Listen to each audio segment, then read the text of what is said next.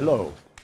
I'm very happy to be here. This is the fourth day of activities visiting friends around the San Diego area. I haven't been here for a long time, and I'm so glad to see so many radiant faces and have a chance to visit with you. As you know, in the faith we don't have any clergy, or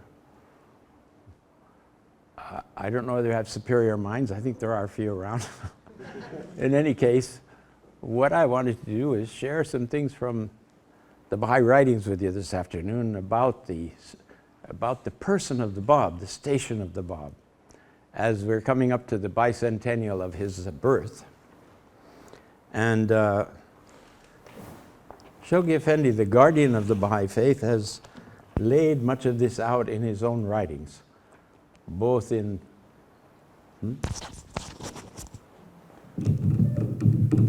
Are you hearing all right? It's all right, I haven't said anything yet. Yeah. In both the dispensation of Baha'u'llah and, of course, in the editing and translation of the narrative of Nabiya, which Shoghi Effendi prepared in 1932, and then in God Passes By in 1944, we have an overview, if you will, of the character, the nature, the position and station of the Bab. So what this really constitutes is a way of nudging us or urging us to go back to those books and look carefully at what's been said. And I'll try to whet your appetite with a few things along the way here. When I began thinking about this, I thought, we really want to draw on the riches that we have in the writings about the subject. And I came up with a list of different aspects of the life of the Bab. These are kind of the headings for a 3-day presentation, which I gave in Malaysia on the subject. You're going to get the pith of it, I hope. The concentrated 1 hour and more version here. It has to do with, what first is his mission? What was his mission? In what consisted his declaration? His rank and station as compared to other manifestations. His various titles. His person. How would we describe the Bab if we were called upon? Somebody said, well, this Bab, centenary, bicentenary of the Bab. Who was the Bab? What was he like? What's the first thing that comes to your mind, when you think about the Bab? How do you describe such a feature, such a person? His ministry, which different from his mission, the intention, his ministry consists of a series of outstanding events and developments. His writings themselves, which outdo all the prophets of God of all history. In sum, his writings are twice as many as all the holy books of the past. I was going to say trumps everything, but that's not such a good verb these days. Right? Then we have his covenant, which is the second half of his ministry. He's emphasized over and over the nature of his relationship to him whom God will make manifest. So his relationship to Baha'u'llah is revealed from those various passages. And then finally, what has been the outcome, the impact of his mission on humanity in the meanwhile, in this 200-year period?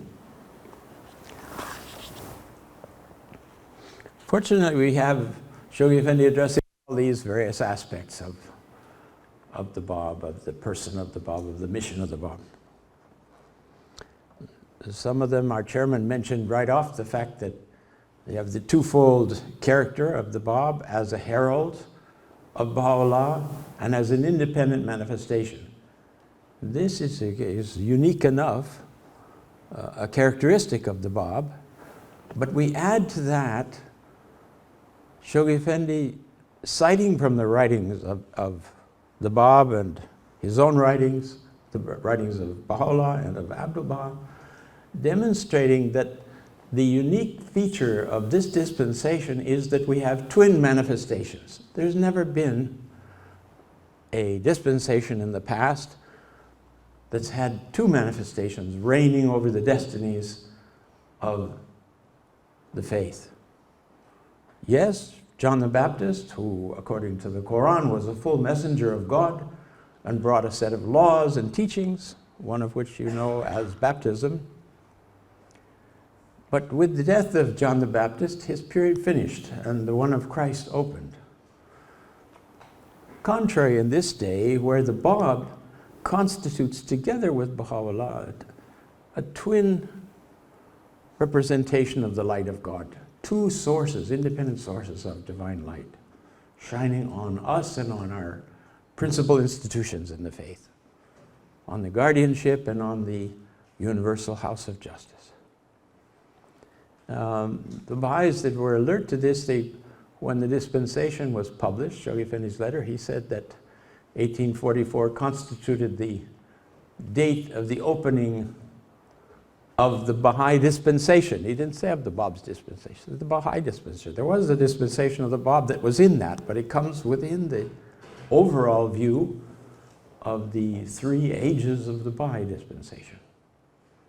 And so from the very outset, he was implying the position of the Bab. He describes the relationship of the Bab to Baha'u'llah as allied, though subordinate. The Bab over and over made reference in his own book, in the Bayan, in establishing his laws. He said, all these laws are offered to the Blessed Beauty. They're offered to him whom God will make manifest, in the spirit that they will save him the problem of having to address the people with laws and teachings, so that he can alone sit on the branches of the tree of eternity and chant day and night through eternity, verily, verily, I am God and there is no God but me.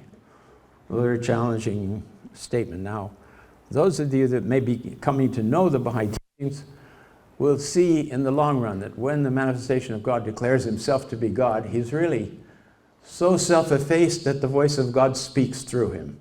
And he says, believe it doesn't come from us. The manifestations of God, for instance, Christ in his time said, I and the Father are one. And yet we know that the infinite Lord of the universe, the source of the dynamism of an endless, timeless, spaceless universe, goes forever, with innumerable manifestations of God appearing to creatures on planets throughout the whole system.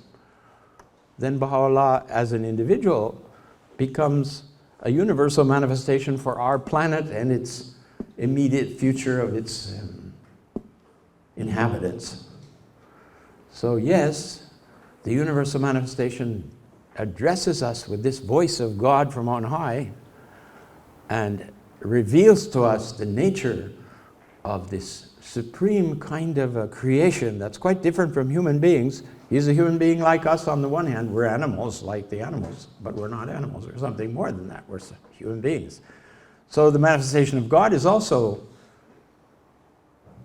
a human being, but at the same time he has this other dimension, other character, which gives him a universal outlook.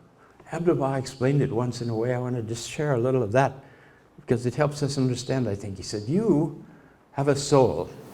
Now, contrary to the materialistic outlook and education which we receive in this day, which I don't want to knock, but I'm going to speak contrary to it, and that is that the origin of everything human is spiritual, that we have a soul first. It's been created. That soul, Abdu'l-Baha tells us, is neither male nor female.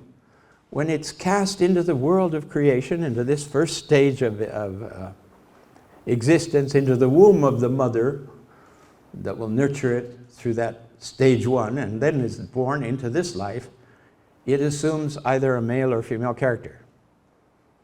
That would tell us that inherently there's nothing inferior in any way to women, which is important because one of the principles of the Baha'i faith, for the first time, mind you, in the history of religion, the manifestation of God says there should be equal rights and privileges for men and women. Sometimes people say, oh, everybody knew that, it just didn't happen. No, it happened when Baha'u'llah came. Abdu'l-Baha says, all the Baha'i teachings are fresh and new. They've never been in revelation before. And Abdu'l-Baha went forth to the West. You know, one of the things he was doing besides proclaiming the nature of Baha'u'llah's revelation, he was calling for votes for women. There was no vote for women yet.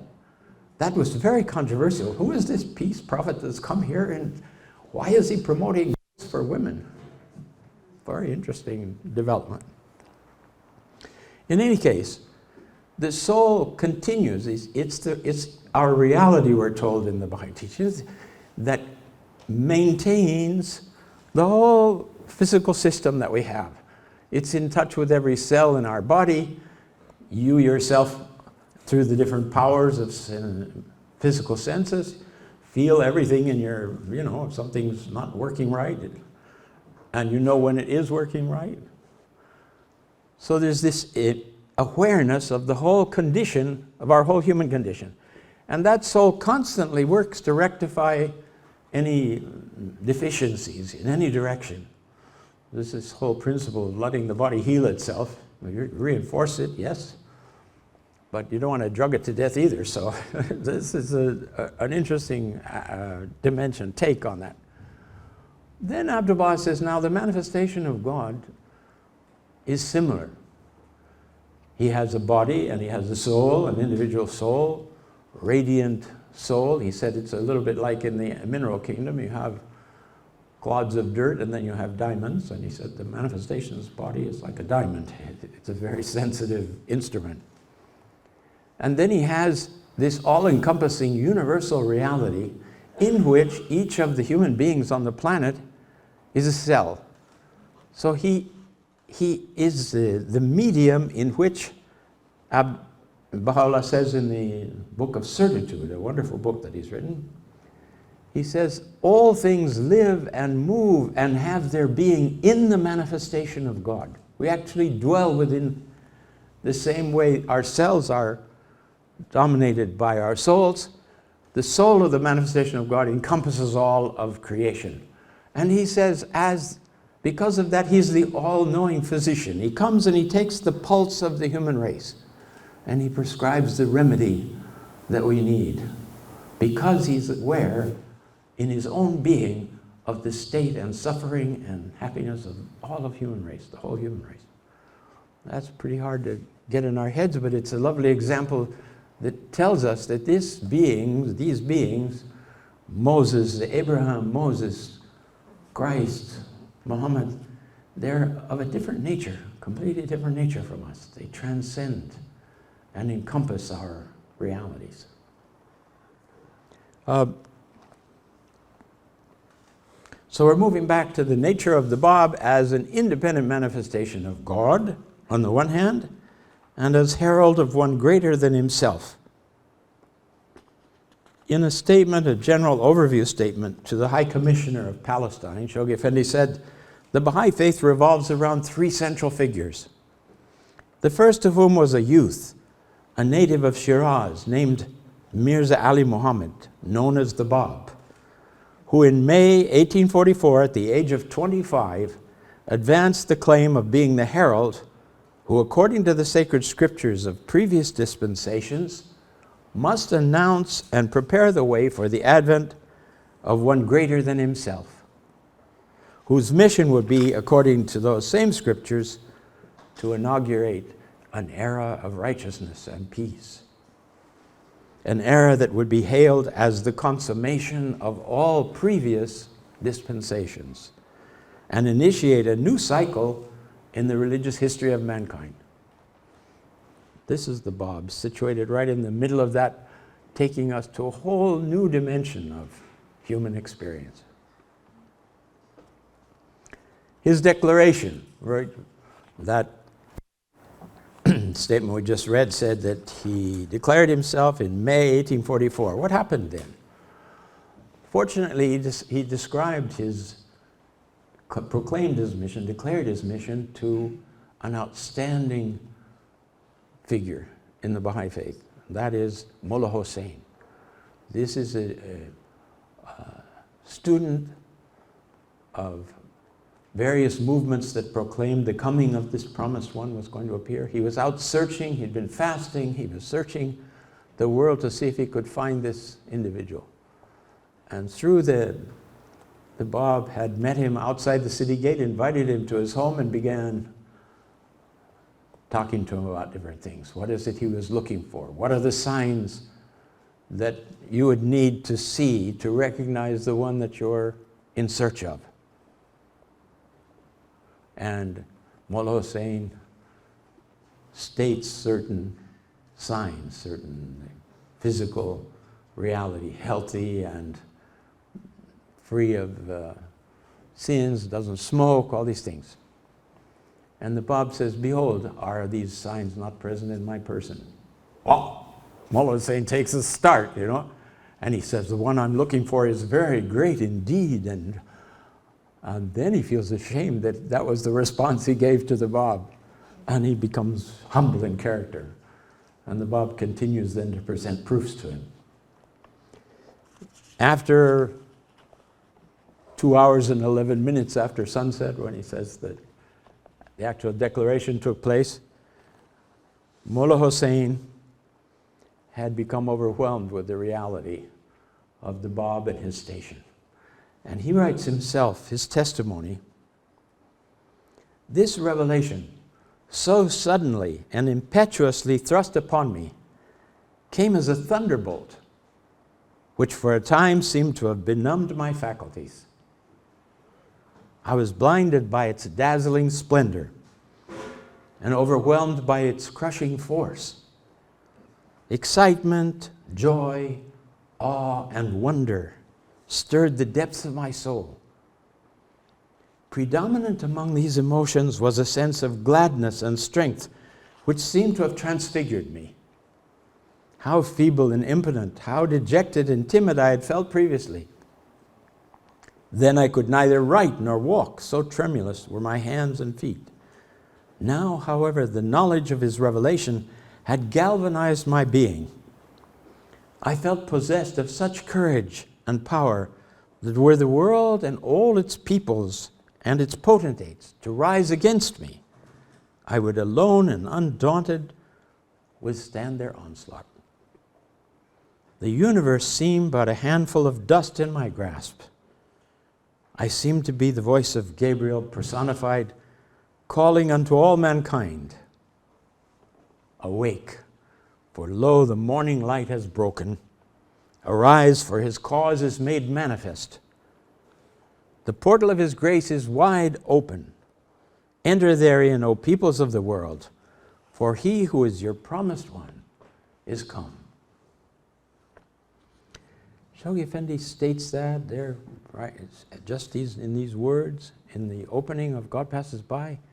The next paragraph he starts by saying, a more significant light, however, is shed upon this episode, marking the declaration of the mission of the Bab by the perusal of that first, greatest, and mightiest of all books in the Babi dispensation, the celebrated commentary on the Surah of Joseph. The first chapter of which we are assured proceeded in its entirety in the course of that night of nights from the pen of its divine revealer. That's what Shoghi Effendi is saying, okay, as great as was the testimony, if you will, of Mullah Hossein about this event, more important is the light that's shed on it by that first chapter of this first book of the Bab. And then he explains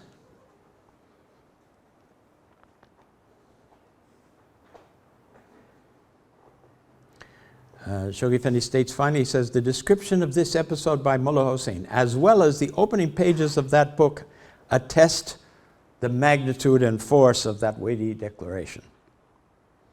And then he outlines the points that were in that first chapter, a few of which I can share with you here. And you can see that there was no confusion in the mind of the Bab. Some of the would-be Oriental scholars have said that the Bab declared his mission, but he didn't really quite know who he was at the beginning. First he was the gate of the gate, and then said he wasn't the gate of the imam, the hidden imam, because he was the hidden imam, so he could easily say he wasn't the gate to it.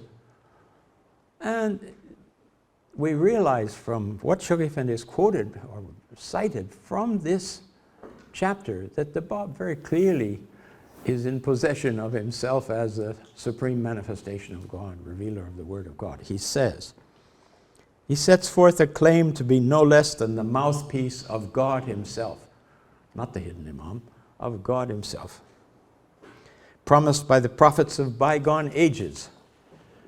The assertion that he was at the same time the herald of one immeasurably greater than himself, the summons which he trumpeted forth to the kings and princes of the earth, the dire warnings directed to the chief magistrate of the realm, Muhammad Shah, the counsel imparted to Haji Mirza Aghasi, who was the prime minister, if you will, of the Shah, to fear God, and the peremptory command to abdicate his authority as Grand Vizier of the Shah and submit to the one who is the inheritor of the earth and all that is thereon. Couldn't be more straightforward than that, could it, friends? That's really. Then the challenge he issues to the rulers of the world, proclaiming the self-sufficiency of his cause, denouncing the vanity of their ephemeral power, and calling upon them to lay aside one and all their dominions and deliver his message to the lands in both the east and the west. These, Shoghi Effendi says, constitute the dominant features of that initial contact that marked the birth and fixed the date of the inception of the most glorious era in the spiritual life of mankind.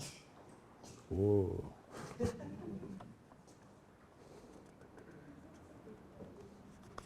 You'll find all this in chapter 1 of God Passes By. Go back and take a look at it.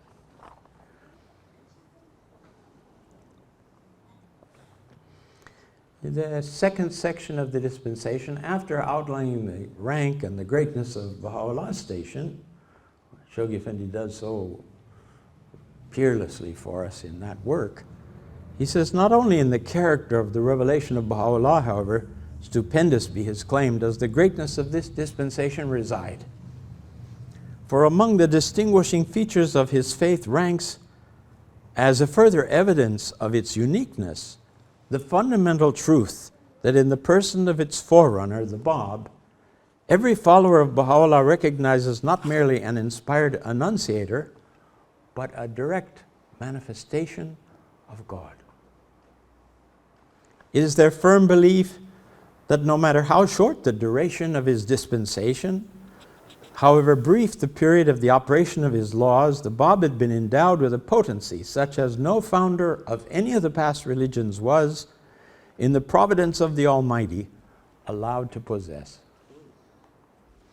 That he was not merely the precursor of the revelation of Baha'u'llah, that he was more than a divine inspired personage, that his was the station of an independent, self-sufficient manifestation of God, is abundantly demonstrated by himself, is affirmed in unmistakable terms by Baha'u'llah, and finally attested by the will and testament of Abdu'l-Baha.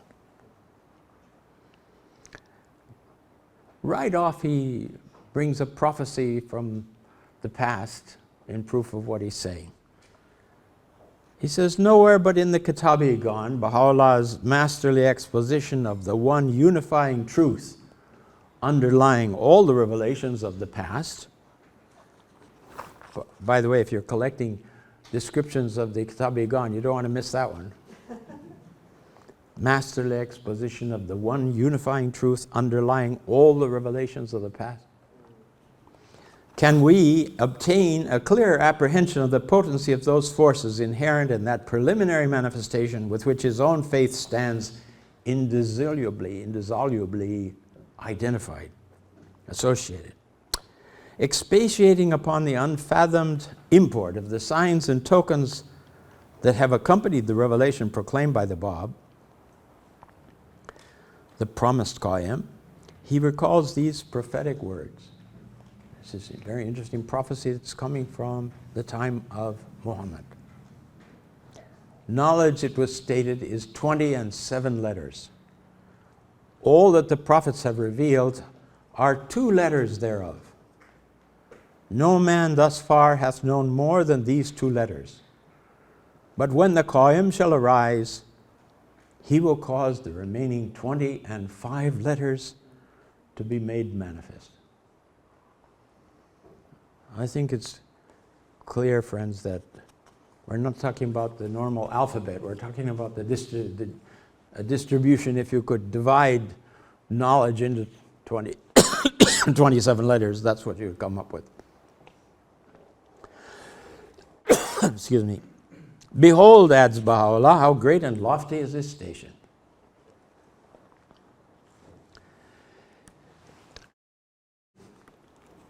Sorry about that, I talk too much. Got it.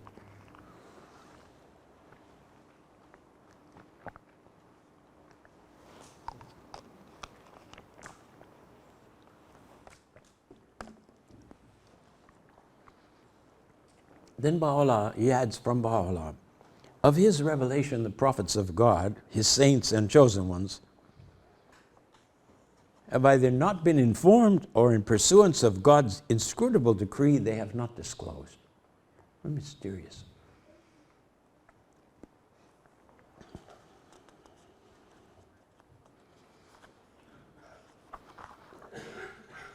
In the course of this description, he talks about this being the root principle of Baha'i belief, that these are twin manifestations that have come. He has boldly advanced this claim himself. Baha'u'llah has repeatedly affirmed it, and Abdul-Baha, in his will and testament, has given the sanction of its testimony, constituting this testimony constituting the most distinctive feature of the Baha'i dispensation. I was surprised the force which just gets repeated over and over as I took up looking at these passages. Quite interesting.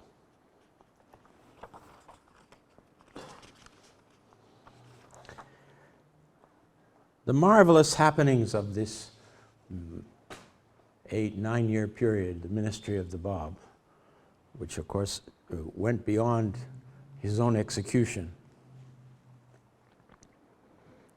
The dramatic circumstances of all of this, the miraculous tragedy of his martyrdom, the magic of his influence exerted on the most eminent and powerful among his countrymen. To all of these, every chapter of Nabil's stirring narrative testifies. And they should in themselves be regarded as sufficient evidence of the validity of his claim. And Shaykh Effendi took the time to prepare this history in English, fully annotated, footnoted, and so on.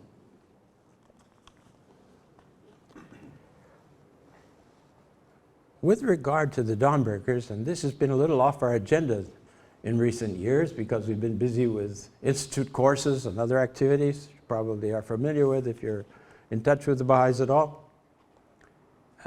This year, new focus has come back on it because being the year of the bicentenary of the birth of the Bab's mission, Bab himself, of his life, the House of Justice has called upon us to renew our understanding of the great heroes of the faith. And this is, of course, all recorded in the Dawnbreakers. You know, we've got these leading figures like Mullah Hussein himself, like Qudus, like Tahiri, like Bahid. It's a great, you can read the history of these people in the Dawnbreakers. Then Shaykh Effendi makes some remarks in letters to individuals and institutions about the Dawnbreakers, which is kind of gives us a jump start to going back and taking some time and reading it.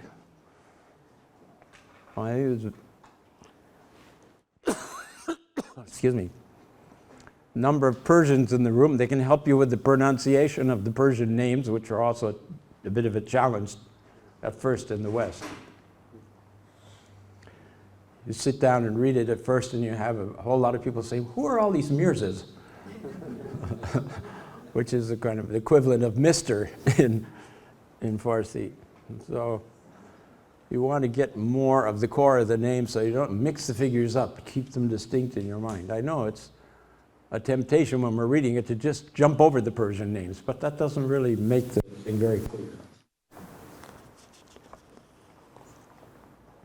Shoghi Effendi says he was deeply gratified to learn that the reading of the Dawnbreakers has deepened your knowledge of the cause and inflamed you with new courage and faith.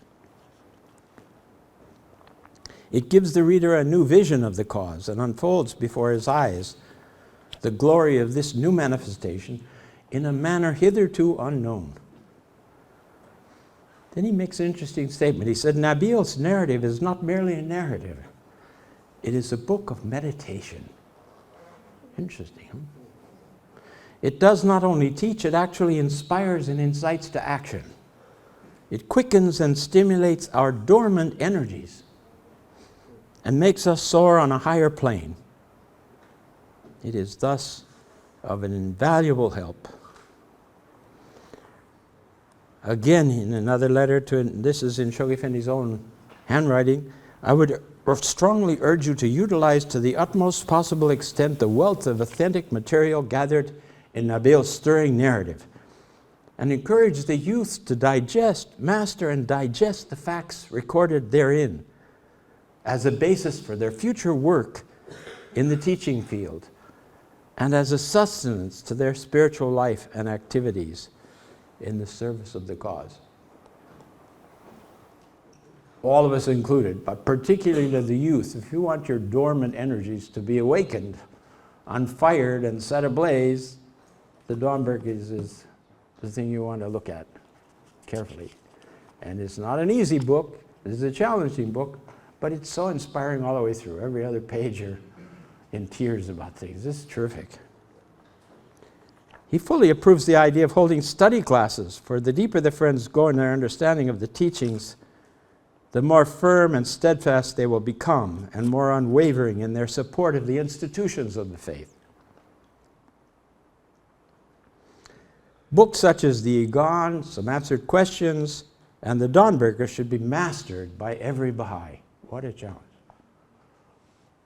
Trying to get through book 5 or something, and here he's saying that the Dawnbreakers has to be mastered and digested in the Igan and Some Answered Questions. But that's really, if we want to become competent teachers of the faith, that's the bottom line, so to speak.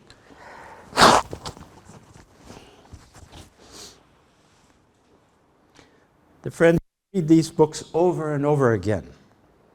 The last book, The Dawnbreakers, will show you how the faith was ushered into the world and how its early adherents heroically faced martyrdom and suffering in their desire to establish the cause throughout the world.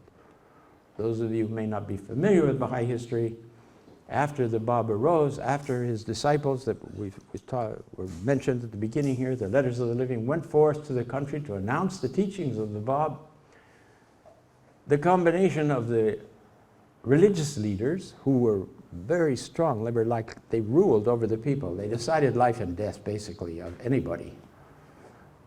Together with the government forces, decided to condemn the Bab and everybody that followed him. They martyred the Bab, and anybody that was known to be associated at all with the Babi's teachings, which were the preliminaries to the Baha'i faith, they were killed. And they were killed in the most gruesome way. And there are Western observers that have written testimonies in books in French and English and in Europe, attesting to what they saw, what they witnessed. Shoghi Effendi said no less than 20,000 Baha'is were killed, or Babis at that time. And it's strange how in the history of religion, all the great religions have had this period of a bloodbath, and how many Christian martyrs there were. And if you read the history of the Christian martyrs, it's very parallel to the Baha'is. Very parallel indeed. Tells us that knowing the life of those heroes will create in us the urge to follow in their footsteps and achieve the same. Now, we're not called on in this day to be physical martyrs, but we are very directly called on to be spiritual martyrs, in the sense to give our energies, to give of our finances, to give of our time, to give of our personal goals for the establishment of the faith, for the spread of the faith. Finally, he assures us no one can read the Dawnbreakers and remain cold and unreceptive. The deeds of those heroic souls are bound to stir the reader and win his support. Who can see what they experienced in the path of God and remain apathetic?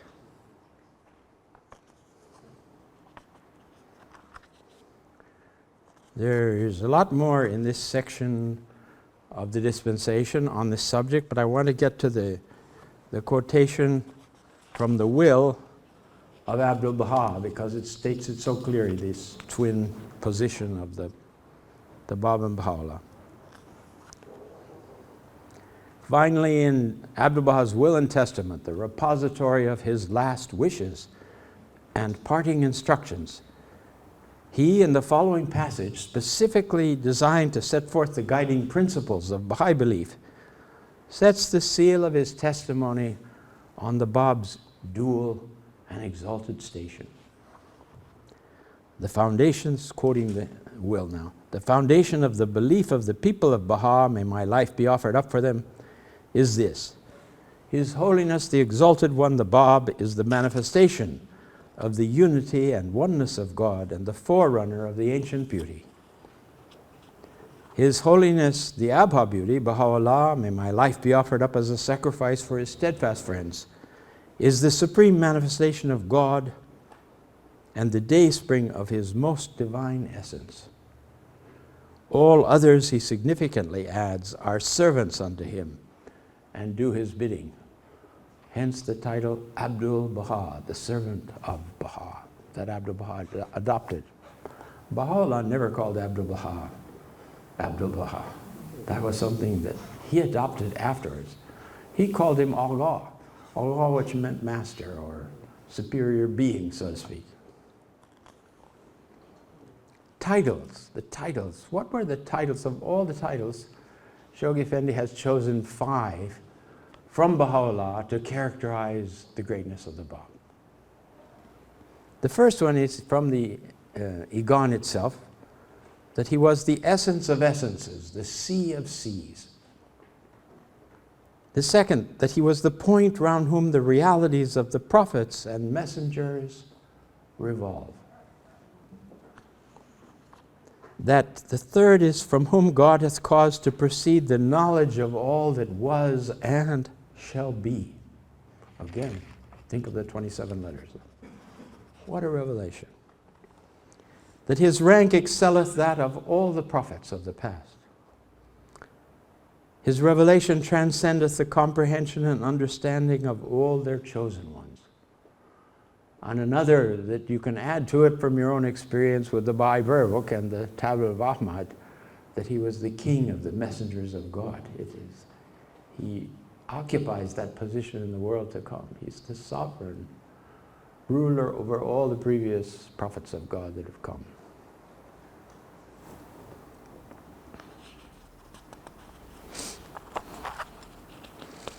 Now, his person. We'll challenge you a bit. Like, what would you think? How would you this figure of the Bab? You've read the Dawnbreakers, but that's overwhelming in itself. What are you going to choose when somebody asks you, well, what do you know? What was the Bab like? You know, Christians can tell you about Christ, what Christ was like. What can you say about one of the twin manifestations that, as Baha'is, we believe came from God?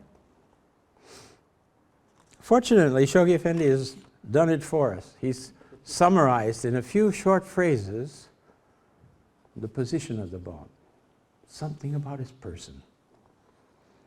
The first set comes from the dispensation of Baha'u'llah itself, the early first pages of it, where he uses this phrase that I quoted at the beginning. The Bab allied those subordinate in rank and invested with the authority of presiding with him over the destinies of this supreme dispensation, there shines upon this mental picture the youthful glory of the Bab. First element, youthful glory. Infinite in his tenderness, irresistible in his charm, unsurpassed in his heroism, matchless in the dramatic circumstances of his short yet eventful life. Then again, in the foreword to God Passes By, he again does this summary of the three central figures. The first period, 1844 to 1853, he's divided the century that he's placed under review in God Passes By into 4 periods. This is the first one. He says it centers around the gentle, the youthful and irresistible person of the Bab. Matchless in his meekness, imperturbable in his serenity, magnetic in his utterance, unrivaled in the dramatic episodes of his swift and tragic ministry. Now, any of you that have read the first 5 chapters of God Passes By in recent times or in the past and looked at the Dawnbreakers realize how this echoes everything that's there. There's examples of each of these things, of his meekness, of his serenity, of the magnetic power of his utterance, and the drama of the episodes of his life. In the chapter on the execution of the Bab, the public execution of the Bab, after that Shoghi Effendi draws on various eulogies in Western press about the Bab and his mission. And then he says that nothing in religious history compares to the passion of the Bab's death and martyrdom except that of the Christ. And he draws a parallel between these two. Now, I can't go into all the stages. I'll share a little bit of that with you, but in his sudden arrest and confinement in the very first year of his short and spectacular career, in the public affront deliberately inflicted in the presence of the ecclesiastical dignitaries of Shiraz, think of the Christ in the same circumstances, before Pontius Pilate and so on. In the prolonged incarceration in the bleak fastnesses of the mountains of Azerbaijan. In the contemptuous disregard and cowardly jealousy evinced, respectively, by the chief magistrate of the realm and the foremost minister of his government. In the carefully staged and farcical interrogatory sustained in the presence of the heir to the throne and the distinguished divines of Tabriz. Think of the trial of Christ.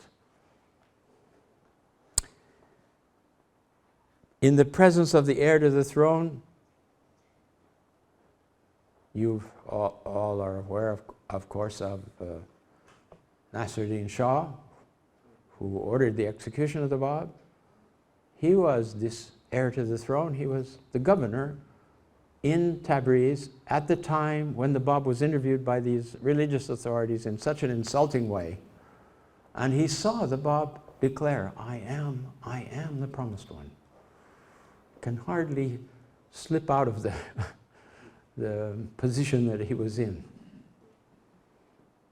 The pilgrims asked the guardian, they said, why did he have such a long, 50 years he reigned afterwards? He said that was a compensation from God to his having sustained the assail of some young followers of the Bab who wanted to take revenge on the Bab's death and shot at him with some pellets and things. Some of the pellets which stayed in his body all his life, but didn't really threaten his life in the end, but frightened him to death so that this whole persecution of the Bab's followers began.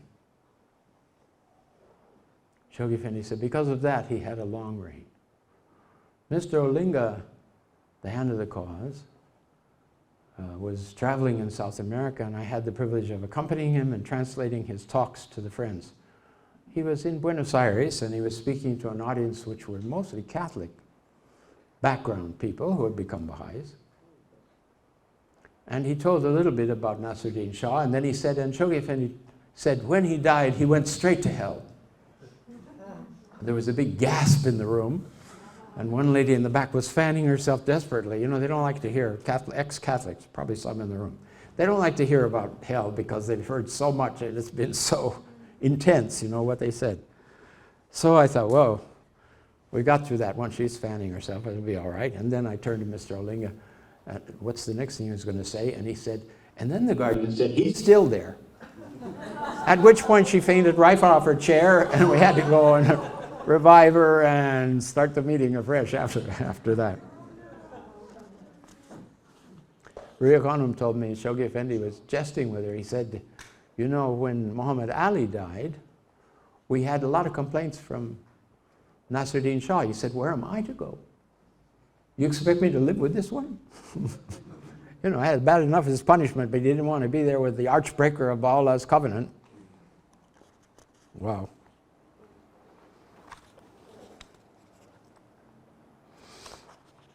So his death, of course, in front of the eyes of a callous multitude, as in the case of Christ. His infliction of the bastinado on his feet in the prayer house, but at the hands of the leading Islamic clergyman in the city of Tabriz.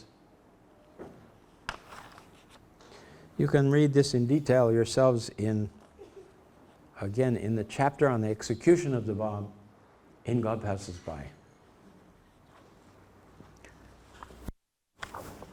How are you doing on time, friends?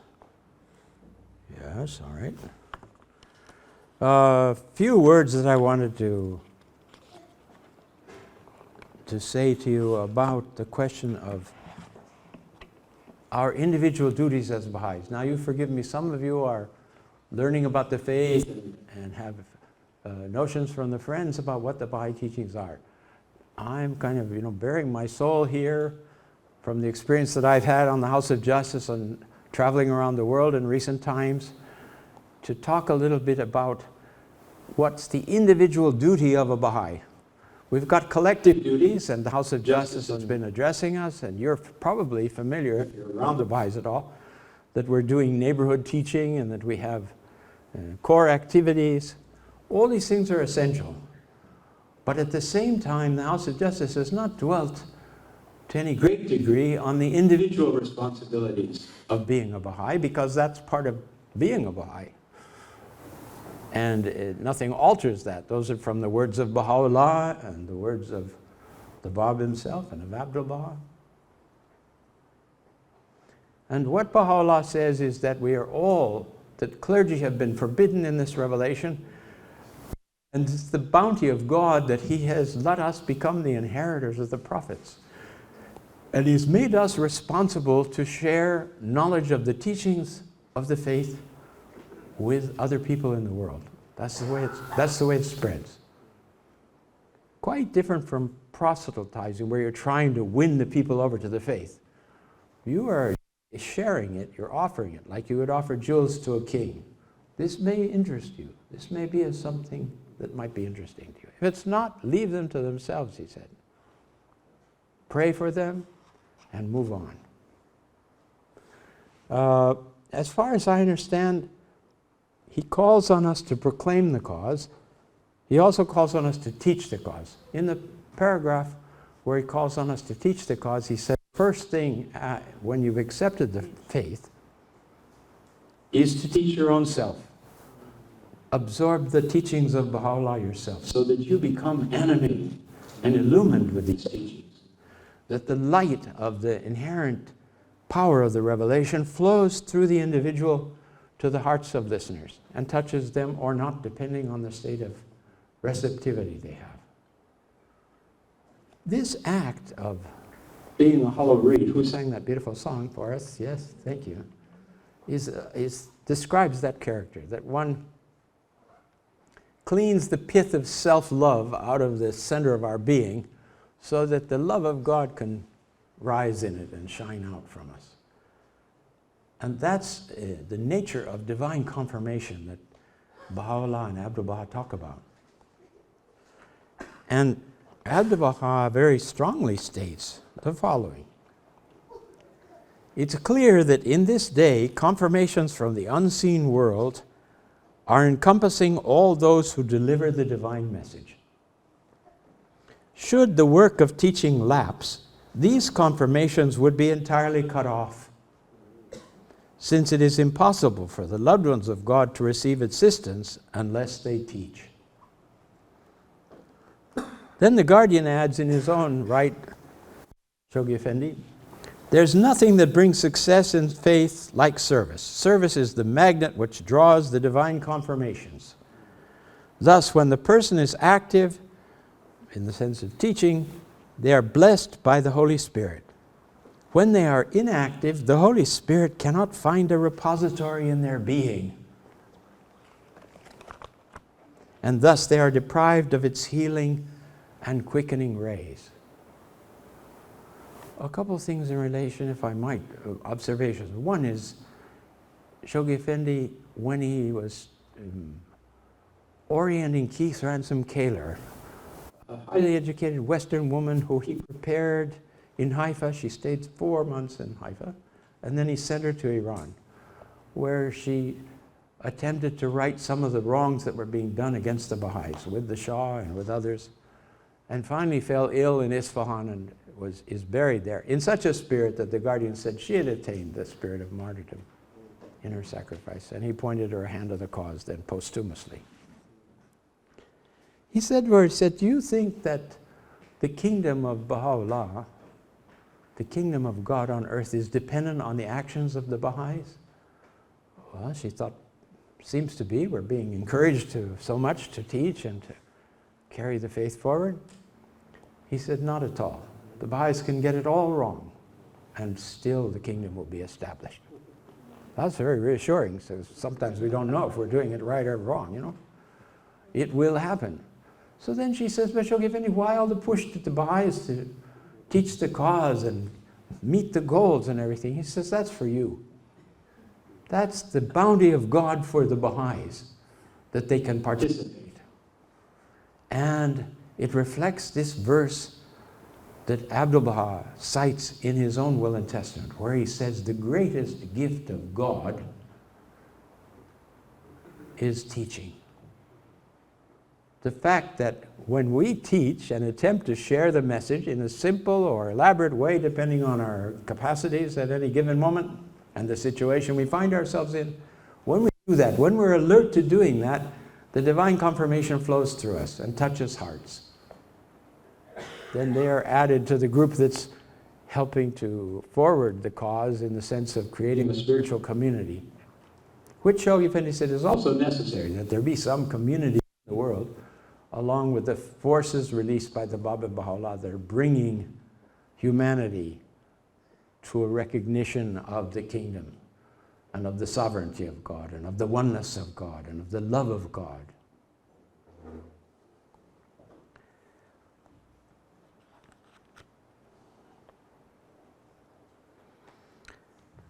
He says that it is this confirmation of the Holy Spirit which quickens the new soul. Thus, the individual should be as a reed through which the Holy Spirit may flow, to give new life to the seeking soul. One should search out those who are receptive to the faith and then consecrate on those persons in their teaching. There's a lot of quotes, you can find them in the writings, friends. Realize that we are so fortunate, and we're called upon to make teaching the central passion of our lives. And that requires sacrifice. It requires sacrifice, Shoghi Effendi said, on 3 counts. Sacrifice of funds. Nobody's telling you how much you have to contribute, but it's clear it should be sacrificial in character if you want to attract the confirmations. Sacrifice of time. We all schedule our lives and say, well, I don't have time to do that. Oh, you don't have time. Yes, you don't have time. Make time, you know, that's the point. If you can, nobody can tell you how much time, but you have to tell yourself how much time. And sacrifice of person. With regard to person, I found some other quotations. That's from the Guardian. he said talking about the importance of sacrifice, he said financial sacrifice is a measure of one's faith, the degree to which one sacrifices financially for the progress of the cause, to the funds of the faith. Then there's sacrifice of time and sacrifice of person. In another letter he says, we must sacrifice our personal interests, comforts, tastes, and pleasures. Wow. We should sacrifice our feelings, desires, and views. His own good should be sacrificed for that of the community. These are all elements of sacrifice, because it's not in our self-love to do these things. We have to push ourselves in that direction. We have to pray to have the wisdom and the divine confirmations, if you will, to attract us into such a state of teaching. And if I could offer the observation, I mean, okay, if I don't exceed my own limits here, because you don't want to ask people to do things more than you do yourself. He says, that's very bad. So you pray for me if I'm going outside the limits. But I don't think the soul progresses spiritually in the way it needs to. And we're only here once. And if we don't engage ourselves in the teaching and we get cut off from these divine confirmations, there's no spiritual development. Maybe a little bit here and there, God is merciful and so on, but there are terrific options and opportunities. Shoghi Effendi says, very few times in human history, in hundreds of years, that a period like this presents itself where people have not heard of the new manifestation of God. You have heard of it. You can share that knowledge with other souls. It's a precious, priceless privilege. And moving around the world, I see that the people are engaged in the collective activities, collective duties, apart from this individual duty, and somehow expecting in the participation in the collective activities that their spirit's going to be buoyed up. But the relationship we have to Baha'u'llah is centrally obligatory prayer and fasting and verses morning and evening and teaching. These are the kind of the essence of it. And if I could just humbly suggest, don't miss out. Thank you.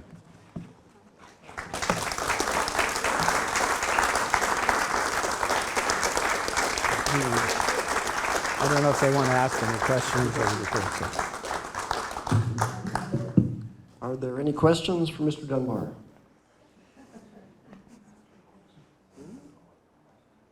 There's always a lull when that comes up. So yeah, that's all right. If I may, to start it off, could you spent 22 years on the Universal House of Justice.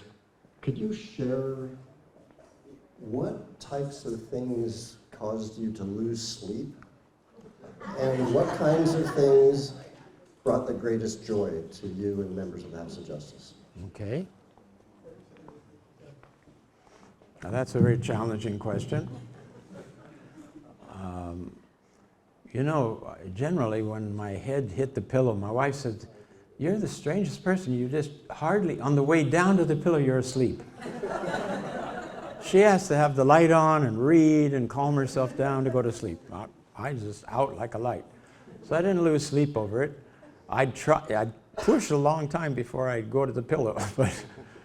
but that, friends, you know, the House of Justice has got a terrific load it carries.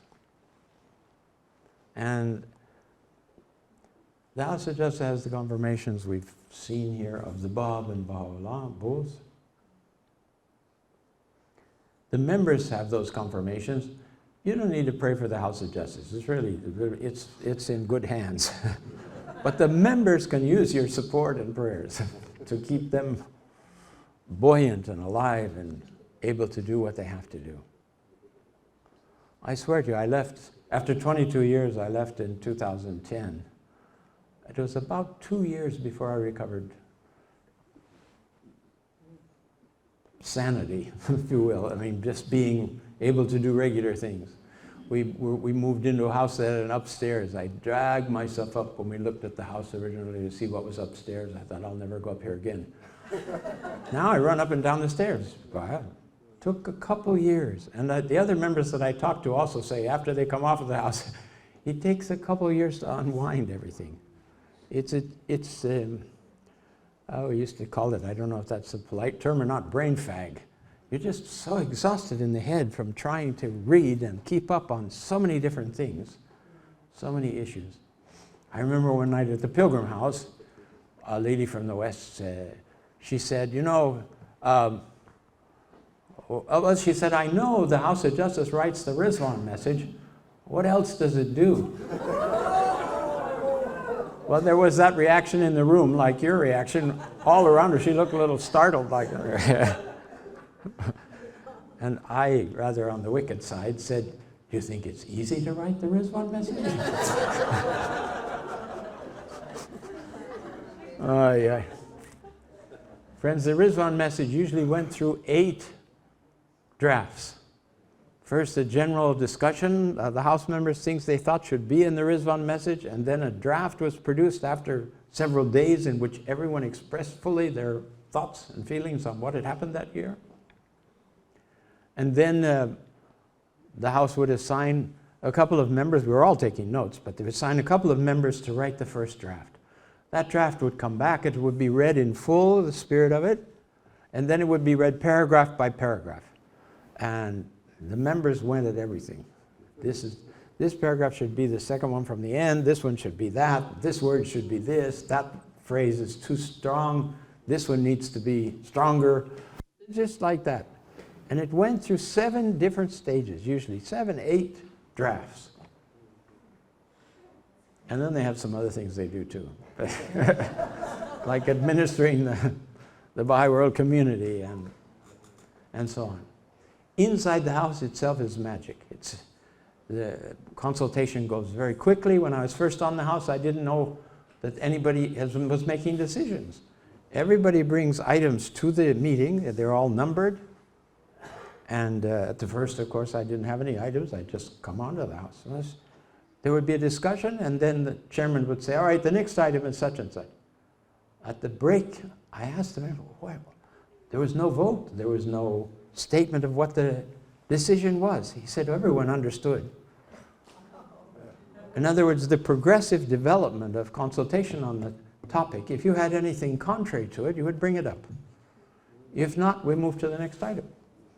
So there was this unanimous kind of support. Once you saw 5 members were supporting it, you got a little bit hesitant whether you're going to say, well, I have a different idea, you know, okay. But that happened.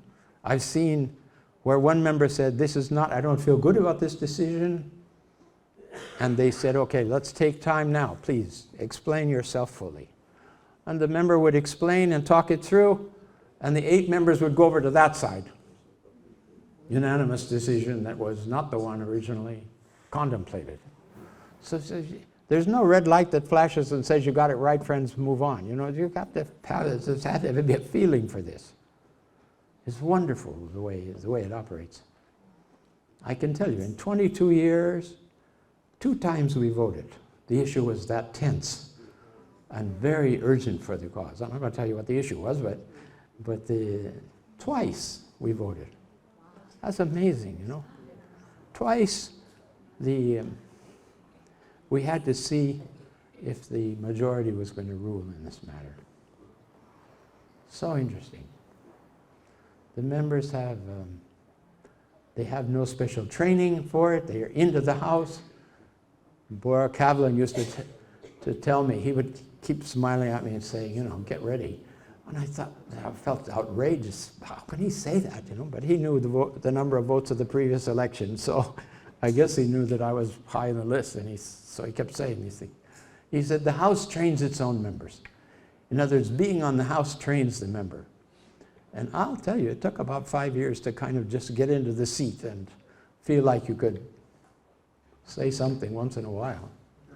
Well, it was very challenging, very challenging, very challenging. They had a lot of experience. There were members there that had been there from the very beginning. By the time I got on in '88, they'd been there since '63.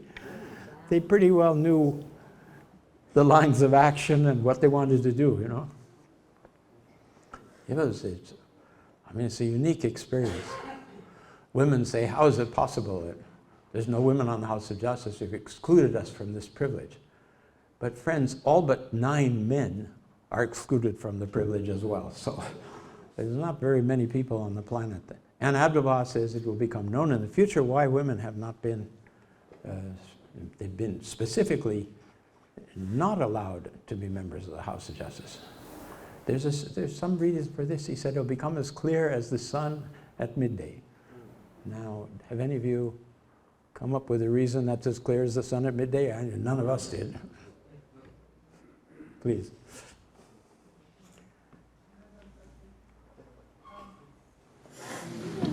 Where does, I know work is worship.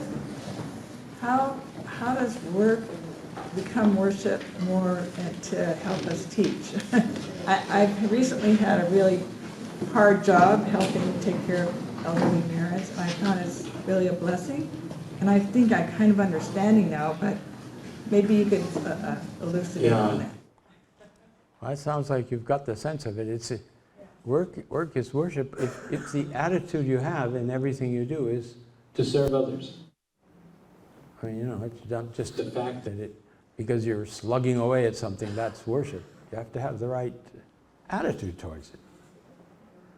But this is why Baha'is, in their education, in their training, in their family orientation, come to a point where they choose careers that can be of service to others. You know? Shall I study to make atomic bombs, or shall I study to distribute water in the continent of Africa, for example? There's so many different choices. Maybe I can find a way to neutralize the atomic bomb so that that's worthwhile also. I don't know. We all have choices, and we all have different talents. And we all don't know what they are until we practice them. We all have characteristics based on the distribution of the divine names in our being. The faith teaches us we are all reflections of all the attributes of God, but in different proportions. Now, Ryukanu made a play one time called The Growing Pains of a Local Assembly. And on the assembly was Mr. Justice and Mrs. Mercy and Mrs. Compassion, and just to give the idea that the people on the assembly that had a dominant quality in them, they brought it up every time on any issue. You know, such and such, so-and-so has done something. Well, he should be punished, Mr. Justice. And the other said, no, it's too early, you know. We have to have compassion and mercy on these people. Give them a chance to correct themselves, so-and-so. So many of you are serving on local assemblies, you know what kind of decisions have to be made all the time. But we all have those qualities, and somehow a mix of 9 of them on an assembly balances things out. And that's the same way it was in the House of Justice too, except they promised that they'll have the guidance to get to the right kind of decisions. Yes, please.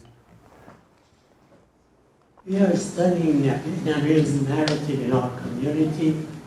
We reached... Un applauso. That's very good. Pardon? That's an applause for you for studying the Dhamma. Very few places where people are studying the Dhamma. There should be more of it. Yeah, thank you. We reached the section about the martyrdom of the Bab and Anis, and it said after the martyrdom, the Russian consul brought an artist to sketch the image Of the moat, yes. Of the bodies there also. Our community asked me to ask whether that sketch exists in Holy Land or anywhere else. As far as I know, it's in Russian archives. There's some people that say they've seen it, but we haven't, the World Center hasn't been able to extract a copy of it yet in any way. So, but I think there's some hints that it got back to Russia and that it's in the archives of the time of the Tsar. You can ask the House of Justice about it. I'm out of the loop now, so I don't hear all the latest developments. All right, friends, thank you very much for coming out, and it's a pleasure to see you. I wish you thank you very much. Thanks a lot. Thank you, Mr. Dunbar.